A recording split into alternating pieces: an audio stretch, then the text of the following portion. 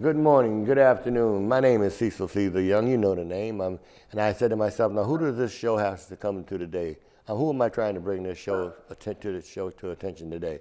Is it to the public? No, I don't think the public need it anymore. I think we need to say to the governor and to the mayor, this is basically who I need to be addressing this program to today. And I think I need to do that as well. And it's sad because the governor has information, the mayor has information pertaining to whether or not the city was justifiable in terminating me. And it troubles me that they could take someone like myself, who's been a concerned public servant since day one, since I was born and raised here in the city of Bridgeport, to have been involved in community issues over the last 60 years.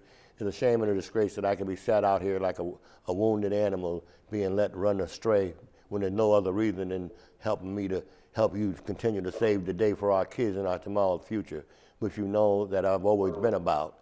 For someone who have worked with the city for 27 and a half years, okay, to be insulted, to be disrespected in terms of being ignored, in terms of because I had the audacity to want to complain about these contaminated dirt piles that our kids are playing on, you know, thinking that it was something worthwhile sliding down on to get some joy out of, not knowing the danger that was beneath that. The danger that was beneath that was cancer causing type of chemicals that could cause that body to deteriorate unknown to them and break down with other type of diseases that could affect them for life as well as, okay, for the rest of their future and other generations that come along with them. And that's why it's a shame and a disgrace. Yes, it did cost the city $250,000 to have to remove these piles, but I say to the city, shame on them. Do you know who I am? I'm Cecil the Young. I've been speaking out about public concerns all my life. I spoke about putting more police in public housing projects. I spoke about housing authority woes. Okay, yes, city, it cost you $250,000, but don't blame me. Blame yourself, because it should have never been left there for those kids going there. Okay, they so-called seek some kind of relief, joy.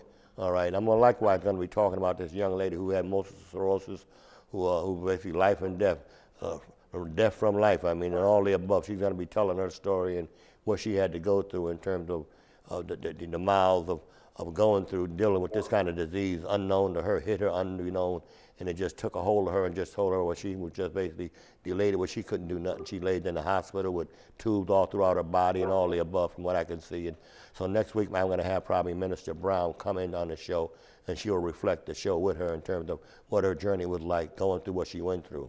Okay, so I want you to tune into that as well. But again, I told you before, these were the people that were involved in the cover-up of my civil rights being violated, state and city officials. That's what troubles me. These people who you would think that would be more compassionate in terms of making sure that the taxpayers of the city got treated right, that John Doe public got treated right, that they would think more compassionate towards me other than violating my civil rights by covering up for unethical tactics done by city and state officials. I say shame on the city, shame on the state of Connecticut, shame on the Governor Malloy, shame on Mayor Gainham, shame on both of you for ignoring my cry. Okay, you knew good and well, okay, as a public servant, okay, for the city of Bridgeport for 27 and a half years, I had asked you, can I have a medical leave release from being out of work, okay? You denied my doctor's note, didn't they? Or did they not? Sandria? The doctor's note on March 10th? Yes. A copy of the doctor's note The was March 10th letter from Labor Relations and Benefits Administration reads, Dear Mr. Young, a copy of your doctor's note was received today in this office. However, this documentation is still not acceptable as it does not provide a diagnosis/reason for your absence. Therefore, your absence is considered an unauthorized absence. In accordance with the city's attendance policy, upon an unauthorized absence of 3 or more consecutive days, the employee will be deemed to have resigned from employment. You must return to work immediately, or you will be deemed to have voluntarily resigned your position as a security guard with the city of Bridgeport.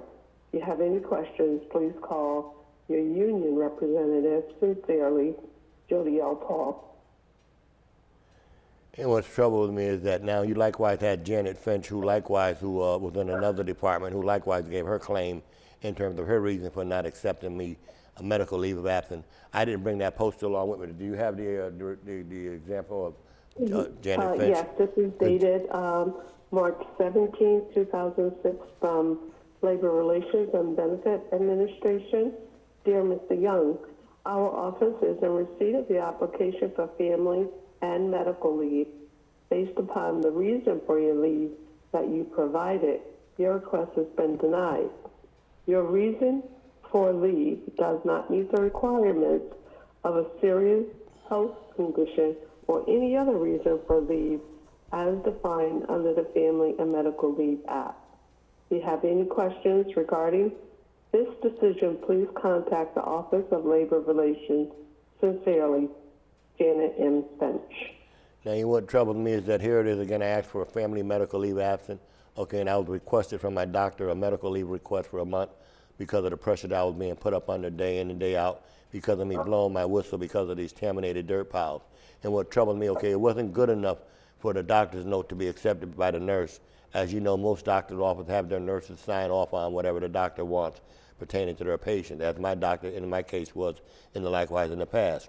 That wasn't good enough for them. They said that wasn't good enough, okay?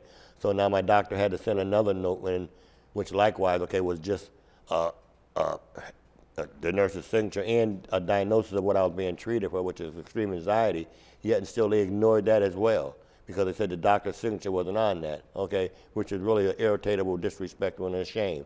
All right, you see that they said that my doctor's signature was unillegible because it was a loop. Over here, you see here where Dr. Walters had been treating me, all right, for several years. He has the same loop that he has been using for years and years. And what also troubles me is that you would think that after going before the labor board, all right, the Human Rights Committee, the labor board, state of Connecticut, you would think that the labor board commissioners would be fair and impartial and it will likewise do their job. That is the reason why I was so upset over the fact that I said, how is it that these labor board commissioners could be so impartial, okay, and go along with the city, knowing good and well that these were doctor's notes, but yet and still you got Albert Murphy, who gave the impression that my doctor's note was literally strips of paper. Could you reflect on what Dr. Walters, Mr. Murphy stated in terms of my situation pertaining to my doctor's note? What did he classify them as? He classified these as what? He said, in this case, the city was faced with a situation where an employee had been out of work for several weeks and attempted to justify his absence with what were literally scraps of paper. Two of them were signed by a nurse, but one which was signed allegedly by a doctor did not contain any description of the grievance, ailment, or diagnosis of any kind. Interesting enough, in a separate missive, Dr. Walters noted that he was not treating the grievance for the condition in which the grievant was blaming his troubles, but had referred the grievant to a psychiatrist, which in fact was after the fact. The conclusions are inescapable that the grievant was or should have been aware of the policy, that he was in violation of it, and what the consequences would be of continued failure to comply with it. I don't know if you want me to go further. Yes, go ahead. I mean, if there's any more, well, I think that was Okay. enough basically on that, if you think. I mean, I think it basically comes down to is that, go ahead. It's one more sentence, one more paragraph, short paragraph. We further note that the allegations of hostile work environment are not borne out by the credible evidence presented. Yeah, I'm glad you indicated. I'm glad you didn't slow me down on that. Right, it didn't bore out that on my part, so-called as he stated. Yet and still on his part, would you say that bored out where he literally called my doctor's note literally strips of paper? Did that bore out what he called my doctor's note unillegible, his signature unillegible? Was that a reason enough to disregard my doctor's signature? Not unillegible. It says allegedly. Allegedly, like he emphasized allegedly, like I made that up. Yet and still in 2005, they accepted in 2005 the same loop that they accepted and didn't want to accept in 2006. And as he tried to state that my doctor was never treating me for the example, he was treating me to the best of his ability. Remember, he's not a psychiatrist. Dr. Wainick was a psychiatrist. That's the reason why he sent me to Dr. Wainick. Go ahead. Right. And Dr. Wainick was referred out after the termination date. Exactly. Dr. Wayne was referred out on March 27, 2006. Right, and therefore I continued on seeing Dr. Wayne, who I've been seeing now. It will be 20 years this past March, 2016. This has been my 20th year, all right, that I've been seeing Dr. Wayne. Why? Because of the city of Bridgeport violating my civil rights. What did they do to me? They took away my medical benefits, knowing good and well. All right, union employees have a right to continue their medical benefits as long as they file a grievance within a timely fashion, which I did. Within that 6-month period, I should have been allowed to continue my medical benefits. They knew that, yet and still they ignored it. They ignored it for what? Because they were so angry. They did it out of spitefulness because of the fact that I had the audacity to want to expose the fact that our kids should not be allowed to play in contaminated dirt piles as if that was a playground to play on. Shame on the city of Bridgeport. Shame on, at that time, John Fabrizi, who was mayor at that time in the city of Bridgeport. That was the administration that I got terminated up under. And that's why I say, okay, here it is. You have John Fabrizi, Jody Paul, Mark Anastasia, all of the above, the top brass of the city of Bridgeport, trying to get me, little Cecil Young, to sign a graph giving them the impression that they did what they supposed to do in order for me to get what I had a right to receive. No, I said, no, okay? And again, they had it over here with my union. Likewise, they had one of the union personnel go along with them, trying to get me to sign their agreement to go along with the city, dropping my complaints. I say no, for what? They violated the public trust. That is the reason why we have the problem. We got a nationwide with police officers, some that take their order and take their job a little beyond what it should be and go over and above, okay, and do things that they shouldn't do because they think they're going to be protected. In this case, I begin to wonder, is this what the reason why you think you can do what you do? Is that the reason why they do what they do and did what they did, those who did do what you did? Okay, what you did was violate the public trust. You took an oath. Every one of you took an oath to be fair and impartial, okay, but to lie on me.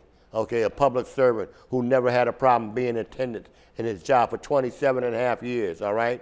I supervised Howland Authority Police for damn near 4.5 years. I love my work. I love what I've been allowed to do.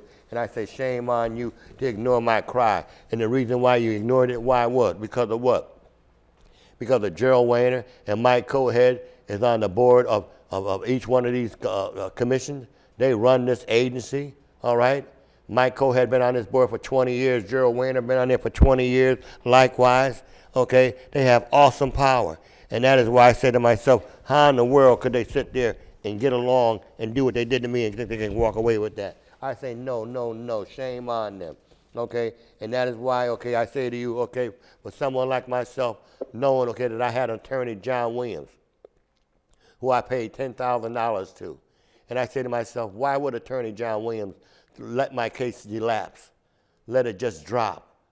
Knowing at the beginning at Main Street, on Main Street, I gave him $5,000 to go before Judge Richards, okay, all right? He ended up, making a long story short, Judge Richards ended up throwing out the case because the assistant city attorney gave the impression that even if Judge Richards wants to fall in your favor, it don't matter because the labor board basically has the final word. And she took that hook, line, and fish. Okay, she bit into it and went along with the flow because ain't no way in the world, knowing good and well that I have overwhelming evidence on 30 to 45 shows that I've done here on Soundview Media, as well as go to YouTube. You can download 45 shows pertaining to all the above issues pertaining to me, was I not at work. Yet and still you had these officials and my attorney likewise drop my case for what? I said, why would my attorney, John Williams, knowing that he told me that Judge Richards wouldn't take this case any further, all right, that he would have to take it to the appellate court, which he did, but he needed another $5,000, which I gave him another $5,000 to take it to a higher court.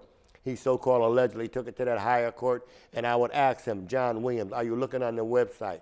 The website is showing, all right, that you're not responding to their response. You're not responding to the issues that they're talking about. John Williams, when are you going to respond to some of these issues that they're talking about? Because if you don't respond to it, my fear is that they're going to throw this case out of court.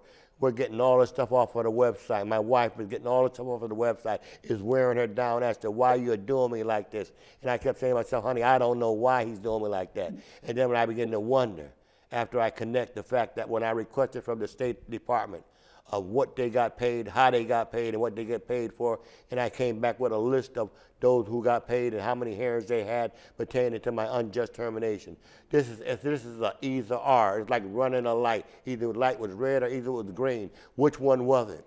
And if it was red, that means I should get a ticket. If it was green, I should have been allowed to go through. I was denied, even though it was green. All right, they gave me a red light and they covered it up. Why? Because of what? I said, why would they cover it up? The labor board, the commissioners, with the kind of power and authority they have, would go along with covering up an injustice like this to someone like myself, who's been with the city for 27 and a half years, worked with the city in all capacities, all departments, a humble public servant, and to be treated like this. I said, why? When I got it, and you will see on the website, download some of my shows. 35 to 45 shows are downloaded every day. You can download these shows 24/7 from Monday to Sunday on Soundview Media or either through YouTube, either one of the two. And it will give you specifically as to everything I'm saying. I will likewise play an audio tape of Dr. Evans and Jody Paul confirming the fact that this should have never even been a case in court at all. If the city would have done their job right by answering to those of them who I complained about violating my rights, this would have never been that case. Okay, I got much more than what I'm giving you on the tape, but I'm going to give you bits of it. But again, as I said, the reason why my attorney, John Williams, went along with the labor board, because he feared that the labor board, he has to deal with for the next 20 years, and he has maybe another 100 clients that he may want to bring before them, that he may want them to go in favor of them. So I can see why John Williams said, hey, Cecil's nobody. He's just a little guy. There's no big difference. Let him go in the flow. They never forgot he was even there. Okay, so that's what he felt like, and that's what happened as far as I'm concerned with Gerald Wayner. Okay, and Mike Cohat, I feel the same thing. Hey, what's the difference? You're right, Gerald. Let Cecil go. He's no big thing to us. Get him go. We can replace him. We got customers that we got to deal with. It's going to look after us down the road if we look out for Gerald Wayne and we look out for Mike Cohat and we look at Albert Murphy. We look at all the above, protect the system. We all are going to be protected. We all going to live the life of Riley. And that's what you're doing to me. And I said, why? Why are you doing this to me? Okay, you got paid having 4 and 5 hearings for what? Either I was terminated, and terminated employees have a right to continue their medical benefits if they file a grievance within a timely fashion. I did thus so. The following day I was terminated, I filed a grievance pertaining to my medical benefits, yet and still you denied my medical benefits for what? For 2 years. In 2008, I found out in 2024.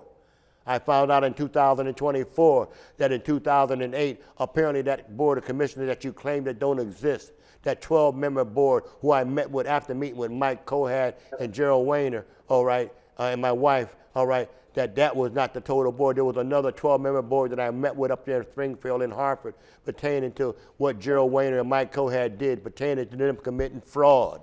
That's what I claimed them of doing, committing fraud. And I said I have overwhelming evidence to back that up. How in the world could you have 5 hearings on either he was terminated or either he voluntarily resigned? If I voluntarily resign, you get no benefits. It's a done deal. Why in the world would Gerald Wayner and Mike Cohat act like, okay, they don't know what's going on? When the bottom line is that Gerald Wayner, you got paid 5 hearings. 5 hearings for what? You wasn't a part of the terminating board. Why would you have 5 hearings and 5 hearings with who? Gerald Wayner. Mike Cohat, you had 4 or 5 hearings, well, likewise with Gerald Wayner. What did you have those hearings about? Me, Cecil Young? If I voluntarily resign, there's no issue. Okay? Now I'm going to play Dr. Evans and Jody Paul as well as, okay, the other things that I talked about in terms of the kind of cover-up that y'all got going here. Now I'm going to put Dr. Evans on first. And after I put Dr. Evans on, I'm going to give you some of her, and then I will give you some of Jody Paul as well as the other parties involved. Now, maybe a little scratchy and latchy, but listen to it the best you can because I plan on taking it to the streets. As you see, I have my PA system here, my microphone here. I'm doing what I can here on Soundview Media as best as I can for those who watch TV. But for those who don't watch TV, I want it to be known that to the governor, to the mayor, I will be appearing at your affairs. I will be appearing at your campaign rallies, mobilizing people to help me bring out the fact that you are allowing corruption to flow like running water in the city and the state of Connecticut, and you're covering it up. I've given you overwhelming evidence, Governor Malloy. I gave you overwhelming evidence, Joe Ganim. You say you want your license back for what? How are you going to represent the people of the city if you can't be fair and impartial about what I'm bringing to you? Now I'm going to play Dr. Evans and Jody Paul, what they said pertaining to what I'm telling you about and what I've been talking about and what I've been going through. I'm wearing a back brace on my back right now.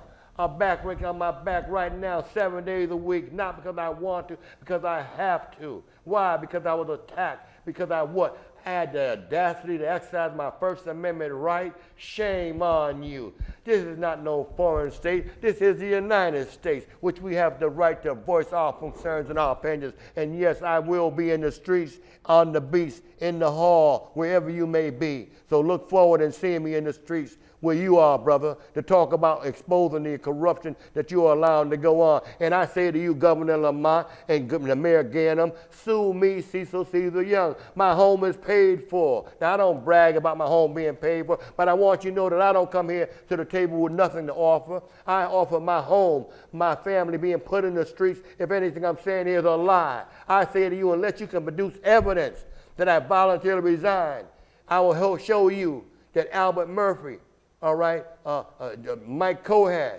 all right, Gerald Wayne, knew good and well that I came to work because they have overwhelming evidence that I will play on this tape recorder and it will exhibit evidence of those of them by their own remarks per se in writing that we interpret from our recorder, as well as you can hear as we interpret as much as we could from the recorder. Now I will play a little bit about Dr. Evans on how even almost she said, oh, I made you sick again. Yes, there's much more to that, but I didn't put it all in it because of the short time that I do have in terms of what I have to bring to you today. So now I'll bring you Dr. Evans.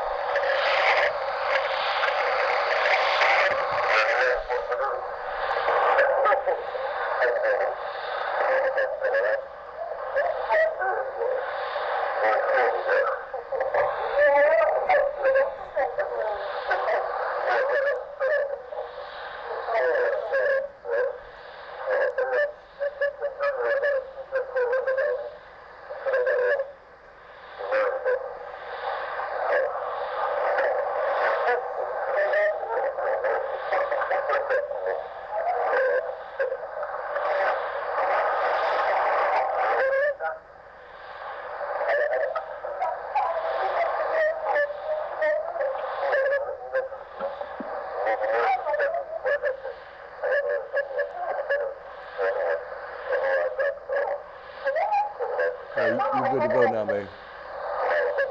Okay.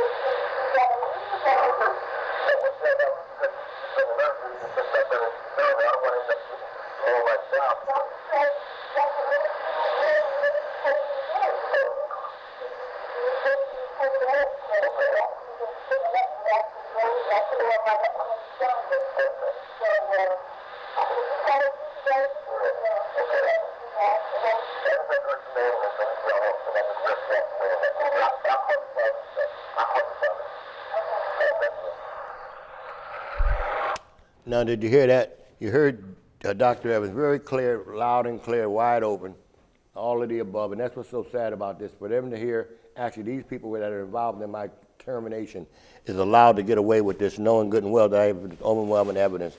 And this is why I plead with the mayor and I plead with the governor. Look at the evidence. You didn't commit this crime, but you're covering it up. And that's what is just as bad as the crime. You know, it's one thing to be involved in a crime, the one thing to not know nothing about a crime, but you know about it. And I was told one time when the feds were doing an interview about Ernest Newton, was telling Clemens Young at the time, Clemens, that by knowing and not saying nothing, he can be charged as well, just as much. Well, I say the same here with this situation here. Now I'm going to play Jody Paul in terms of what she said. Jody Paul is the other one who's basically denying me my right to take out of work, okay, to be able to take a leave of absence, saying that my doctor note was not efficient, saying that what it was treating me for was not efficient enough, okay, that extreme anxiety was not a justifiable reason enough to be out of work. It was, and I have been proven that by a federal judge who declared me totally disabled as of March 10th, 2016, okay, and here it is now 20 years now. I have not worked in the city of Bridgeport at all, not worked at all, because of my back as well as the fact of what they did to me physically and psychologically. So now I'm going to play Jody Paul and some of her remarks.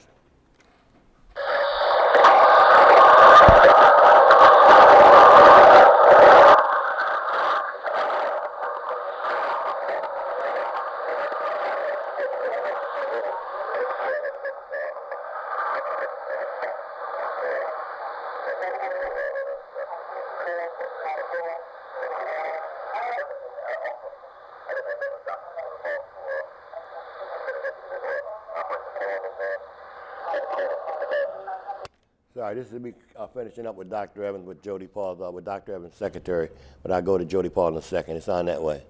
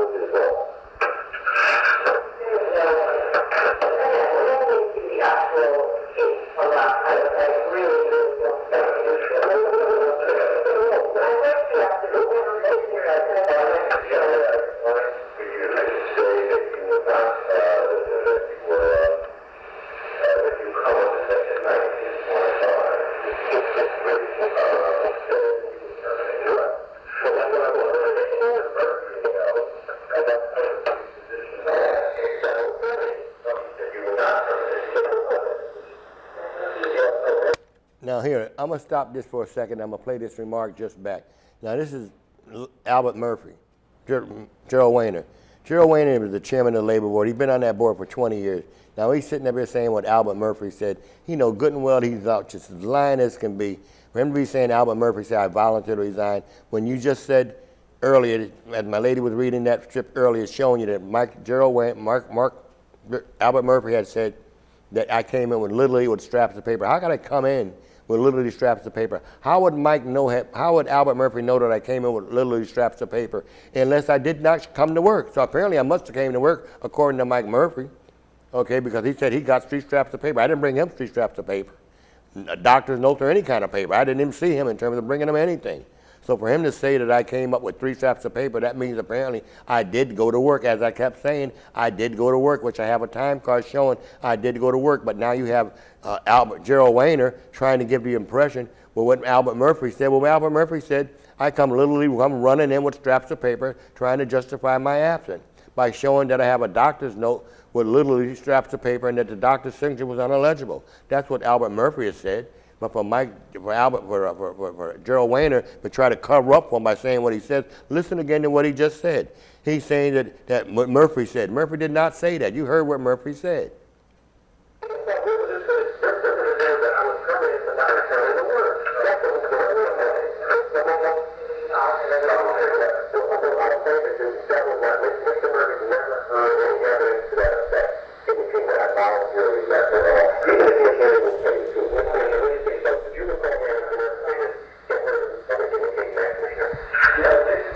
Now here I'm going to be playing. Now this is Mike Cohead. Now Mike Cohead was a part of the termination board. Now he's going to say, well, even after I just got through saying that I came to work and I showed up at work, and he knows that I showed up at work because I'm saying it at this medical hearing, you will hear Mike Cohead try to give the impression, Murphy's telling a damn lie. That's what you need to say, Mike Cohead, instead of trying to justify what Murphy said. Murphy said it very clearly that I come running in with literally straps of paper. How would he be able to get straps of paper unless he went to the city wealth department and they gave him straps of paper, so-called, but there was no straps of paper. There were literally full documents, but he called straps of paper because they figured he's just another one of them, and we can treat him the way we want him because he is what he is.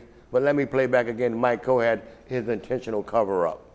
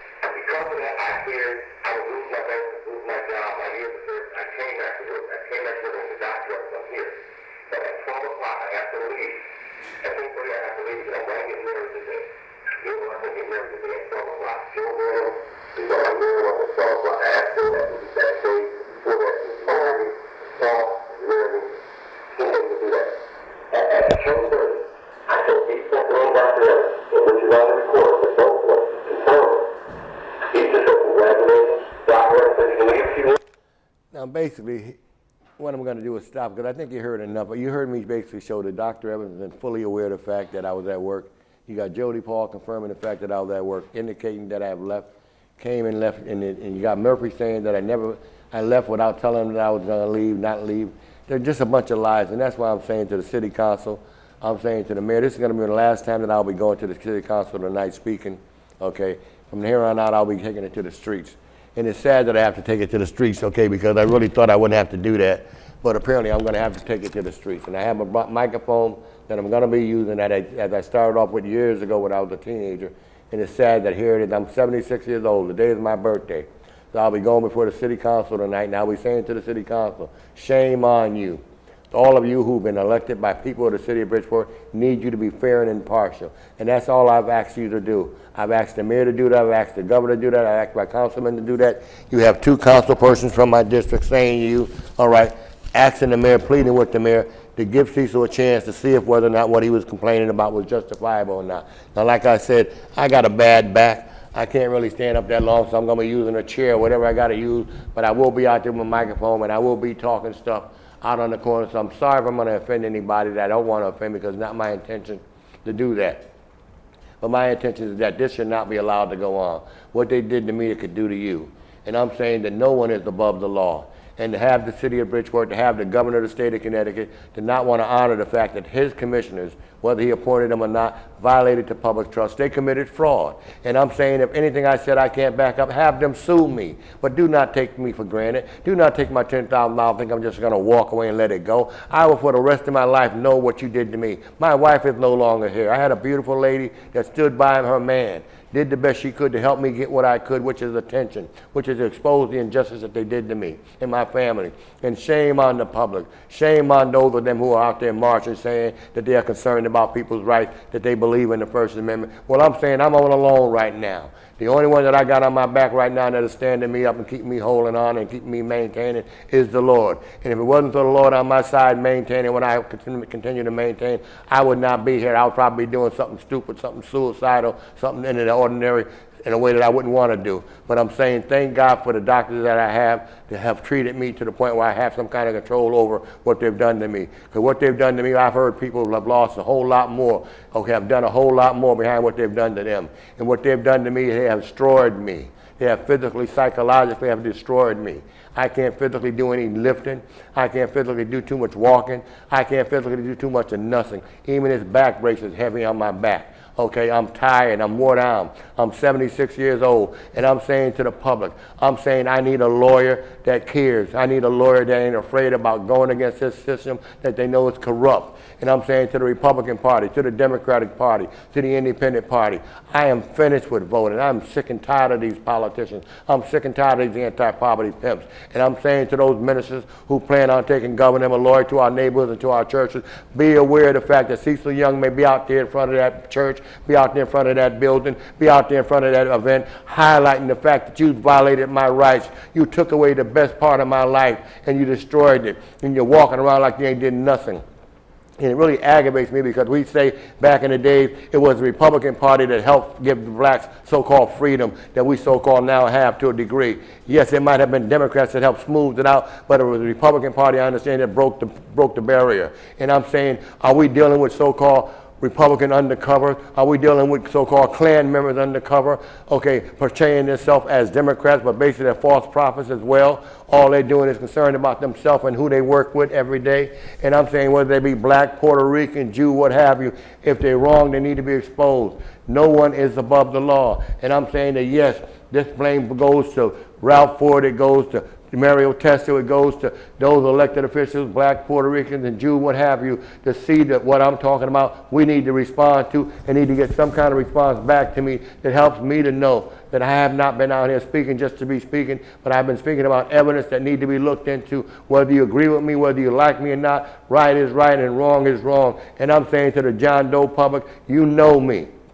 Y'all know me. And I'm saying to the Connecticut Post, I'm saying to WICC, I'm saying to News 12, I might have offended you in some of the things that I might have said. And as you know me, I have no problem in calling it the way I see it. And I'm sorry if I offended anybody. But the bottom line is that I am about right and wrong. I'm about doing what God wants me to do, which is to speak truth to power. And if my truth sometimes causes you hardship, I'm saying to you, sorry. Suck it up. Get used to the fact that somebody has to speak truth to power. I put out here my my life on the line because I care about people. I know nothing else, and I don't want to know nothing else other than the fact that I need more energy to continue the battle that I'm about ready to go under, because I know it's going to be a battle that's going to stress me out even more, going to stress my family out even more. But it's a battle that must continue until I get the kind of justice that I deserve. And I'm saying to the governor, you just appointed a black judge, so be it that he be black, so be it that he be so-called your black judge, because he's not serving me unless he's going to look into my case and see if whether or not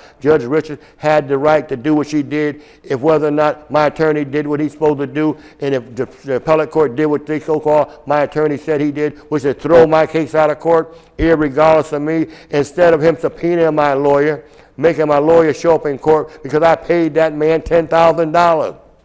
What am I supposed to do? How am I supposed to get my $10,000 back? How am I supposed to let this judge get away with dismissing my attorney without my permission, and I have no record of him being dismissed as to why, anything? I haven't got nothing other than the fact that my lawyer telling me that the appellate court threw my case out of court. That's what he said in the beginning, and now he's saying, okay, that Judge Richard didn't go forward with the case. Well, where's my $5,000 for the appellate court appeal that you didn't pursue, that you didn't follow up on? Why ain't the judge, why ain't the feds, why ain't somebody contacting Judge Williams and Attorney Williams to find out why are they taking my money? This is fraud. This is bribery. This is taking advantage of someone. I'm a senior citizen, deserve my protection. And I'm saying, where is the Public Integrity Unit? Where is the Ethics Commission? Where are these people so-called that claim to be concerned about people's rights being violated? What about me and my rights? I have a right to be heard, just like this lady's rights need to be heard about what she's been through. What it feels like to feel like you're almost dead and being given a chance to live again.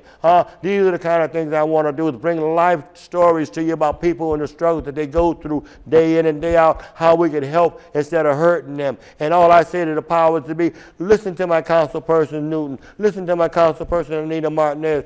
It took me 19, 20 years to finally get them to move on this, to say to the city of Bridgeport, yes, look into this situation. Let's put this matter to rest. And I say, yes, why not? I deserve that. I have done nothing wrong. You have nothing in my archive that you can throw against me that will make me feel shame or feel embarrassed or feel like I've done wrong to anybody, any of y'all. And that's why I'm saying to you all who are planning on being governor, the mayor who plan on being mayor, answer the questions. Was Cecil justifiably terminated? Was his civil rights violated? That's all I want you to do. Tell me and ask the mayor to produce the evidence that he voluntarily resigned. Gerald Wayner is saying I voluntarily resigned. Albert Murphy is saying I came over with straps of paper. Albert Murphy is saying my signature on my doctor is unillegible. All right, Dr. Evans, all of it. Dr. Evans signed me in and saying that I came and worked. She approved me coming to work. You got all that in writing. What more do you have to take you people to want to say, hey, hold up, this matter need to be looked into. There need to be a grand jury. There need to be somebody with authority that will look into what they did to me so that I will not lose my balance in terms of doing what I got to do, okay? Because I shouldn't have to be forced to have to think the way I think sometime about what I might have to do, which I don't want to do because I'm trying to avoid it by exposing you to everything that you need to know about what I'm going through. Please help me expose this injustice. Don't do me no favor. Don't look in my honor and say we feel sorry for him. I'm not here for no pity party. I'm here for justice. That man took $10,000 from me. All right, y'all took my job from me. You took my wife from me. My family is scattered because of me. Okay, and I'm saying to you, damn yous. Okay, I'm trying to maintain control. Please respond to my issues. Please respond to my issues. It doesn't cost you anything to say of whether or not or to produce the evidence that I'm asking you for. I said I was terminated. They said I voluntarily resigned. They lied on me, and you're going along with it, and you should be ashamed of yourself for allowing yourself to be used like somebody's private tube to suppress someone's rights who you know is wrong, okay, and doing that. But yet until you're allowing it to go on, why? Because you think you got the power to do what you want to do, but you're not going to get away with it. You're not going to get away with it. I will assure you of that. What you did to me, you're not going to get away with it. You will be judged accordingly. And when your day comes, don't you holler then about what I should have and what I could have. It's going to be too late then. It's going to be too late then, and it's coming. It's going to come when you least expect it. It's going to come at those of them that you least expect that it's going to come at, but it's going to make its rounds, and it's going to come to you, and it's going to hit you in ways that you never thought you were going to be hit, in ways that will cause you to want to know how in the world could this man speak truth to power to us like he's speaking to us. Because I'm telling you what I know. What you done to me, you will be judged accordingly.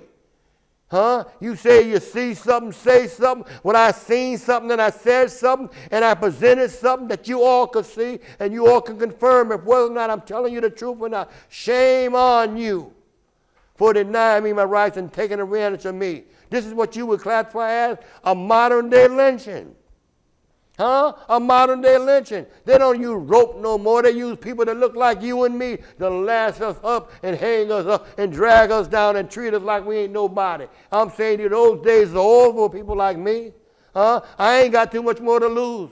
And I'm sick and tired of being sick and tired of people like you being played on and playing our people like you've been playing them like a violin. Those strings are about to pop.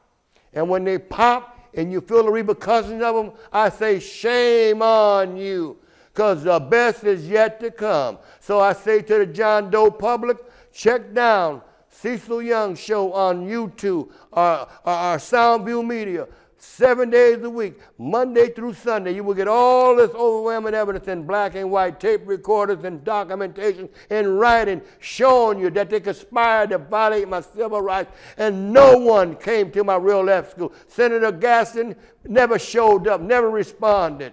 Huh? State Rep Baker asked the Human Rights Commission to look into what the governor did. The governor squashed that and made them tell me that they so-called legal department couldn't find anything. I guess they couldn't find anything. Wasn't nothing given to them. They wouldn't take anything. How's something going to be given to somebody that won't receive it?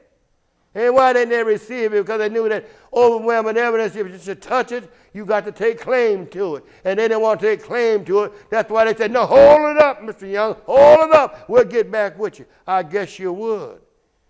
When somebody from Trump's administration get a hold of you, because that's what you're going to end up having me go to, somebody from the Trump's administration to get y'all to do what you need to do, because the governor here in the state of Connecticut is too deep in bed with the corruption system that is causing me to be stagnated and causing me to be where I am. And I'm saying, no, you're not going to get away with this, brother. I'll see you soon. Part 2 will come sooner than you think. Have a good day.